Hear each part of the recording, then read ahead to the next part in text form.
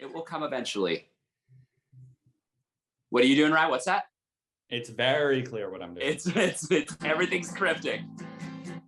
Don't say it. Don't say TMM.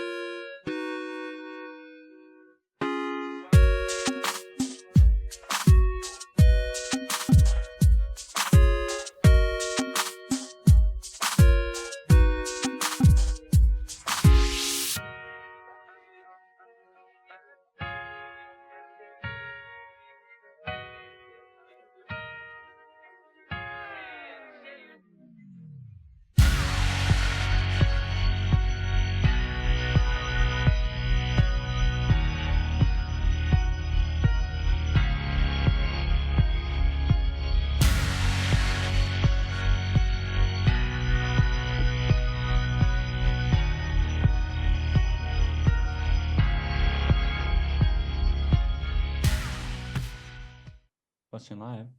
Okay, I guess I'm doing that. Which song are you most proud of that we know of? I think DJ's Crying for Help is really up there. I think there's a lot. I'm looking at the whiteboard here of all the songs that we've written for TMM so far. DJ's Crying for Help we're really proud of. I'm really excited for fans to hear this. I think it's just like a very real song. I think it came from a really real place of where we felt like we were at, kind of wondering if you've peaked, and if your college kind of party years were your best years, where you were most at home, and wondering like kind of what comes after that. And I think it's a relatable idea, and I think the sad party vibe really comes across. I'm very proud of this one. How many songs are on the album? Ryan, you had answered this before. Yeah, 13. I don't want to tell you why, but you'll see. There is a reason. Yeah, there is a reason. You'll see when you hear the album, and you'll realize like, oh, okay, it had to be 13. Does Ryan sing on this album? Ooh. Look. I do. Yes. Yeah. I have a song to myself on this album. You should play it. I'll give you $5. What's the Venmo? Let's hook it up.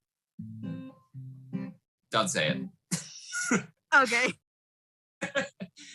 That's a very good question. Ryan has a full song to himself on the album, and I'm trying to think, do you also sing any other spots of the songs that we've written so far? We're not done with the album yet.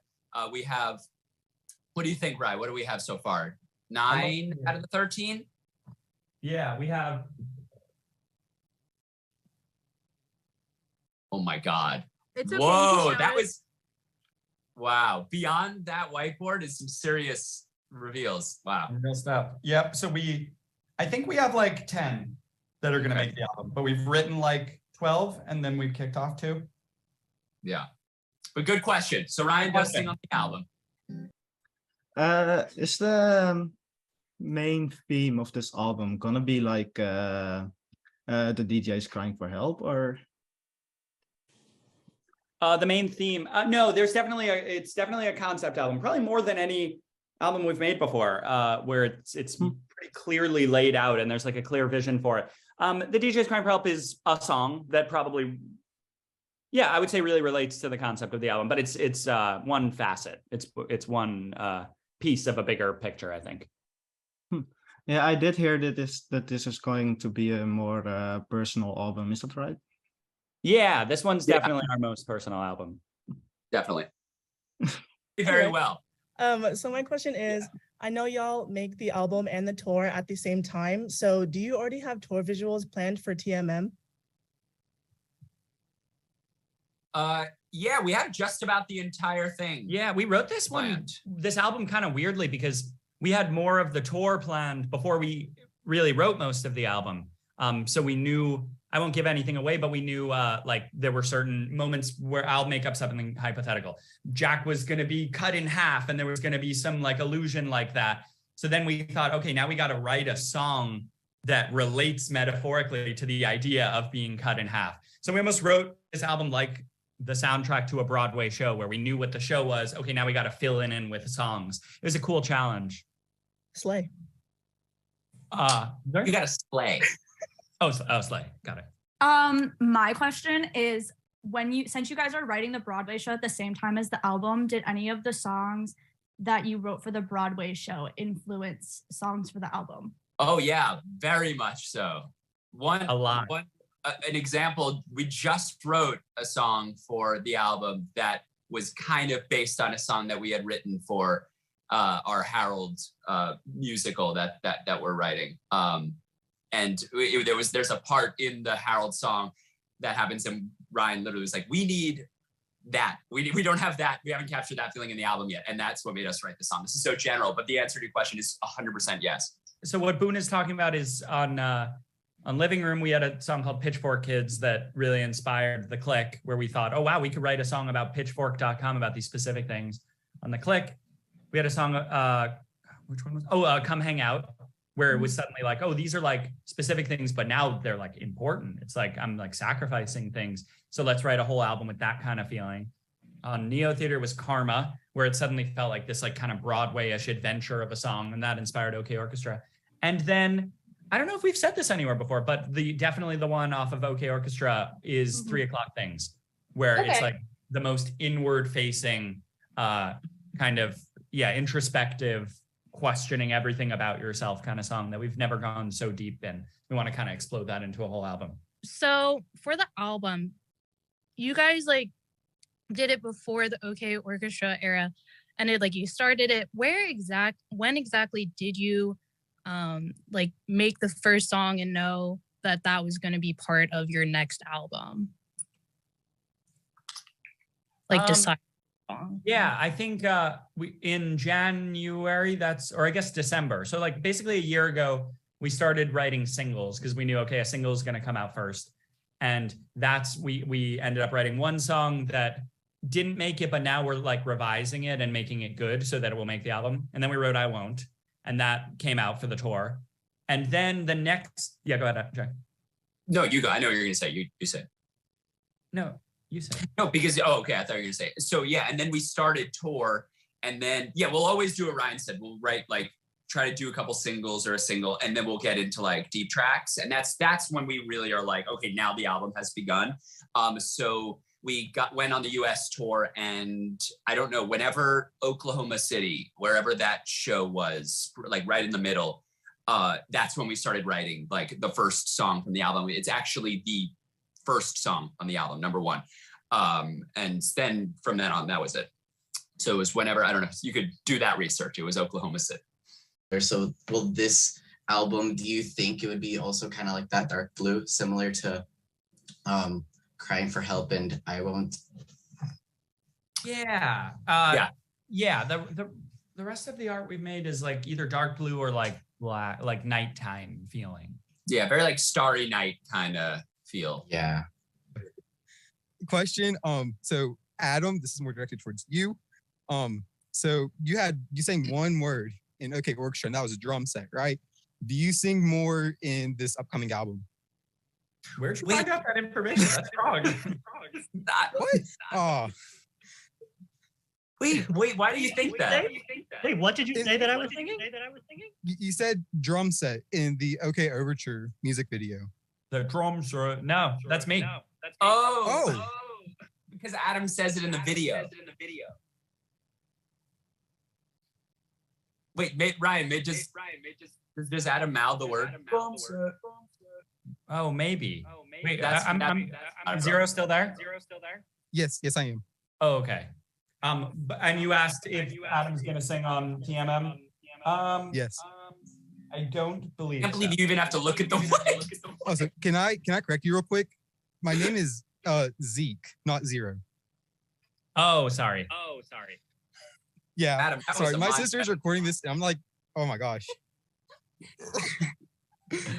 No, he's not singing on this album. Oh man, all right. Thank you, Zeke. Love Thanks, you, Zeke. Adam. Wait, so now we shouldn't feel bad about getting his name wrong because he thinks Adam's name is Album. Wait, so when he said, is Adam singing on the album, did he mean singing on the Adam? That is what he meant. That's a much clearer question. And my question is there any chance that we'll hear any songs from Living Room on tour? It's a really good album. I love it. And I'd love to hear some songs from it on the TMM tour. Thank you. Wait, how do you know we're going on a TMM tour? Yeah, wait a sec. Oh, shoot. Leaked information. You leaked it. There we go. It's Iowa State. So Living Room songs on tour. You know what? We haven't created the set list yet. I would not totally rule it out. Okay. Especially if Big Idea blows up on TikTok, which I'm just trying every day, trend after. So hopefully one of these days it'll connect.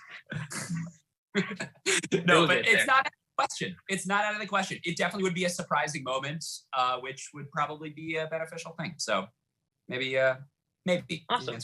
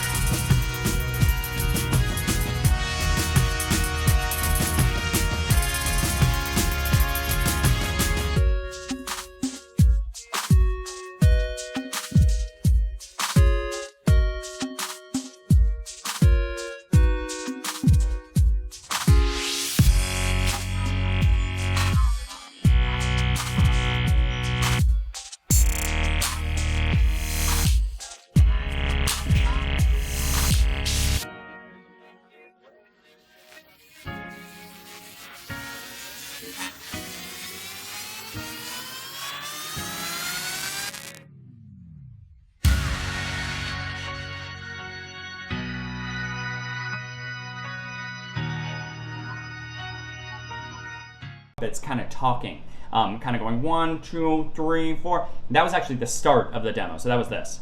My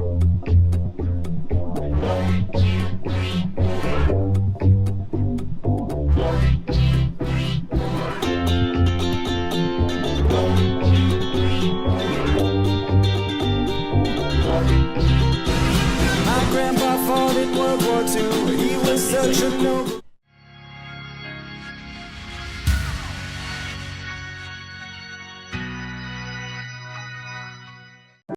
What's one? No, honestly, what's one? It's just a bad song. Yeah, what's one that we started to write that was just not good? There were, I think, 2 for this album. They weren't that bad, but they were just Kill the Joke. Yeah, we had a song called "Kill the Joke." That it just was like we were writing it and like it just didn't. You know, what actually came from it was the part in the overture. Yeah. Well, what's the part that goes into that? Do you remember? Oh, cool. That drum beat and the flutes were sort of the hook of Kill the Joke, and we were writing it, and I don't want to go into what the concept was, but it was just like not worth, it was just like we were like, we don't care about this at all, and usually those are the songs we throw away if like we spend enough time on it and we're just like, this feels unimportant, and we're not like, this has to go on the album, everybody has to hear this. If we don't feel that, then it's not going to make the album.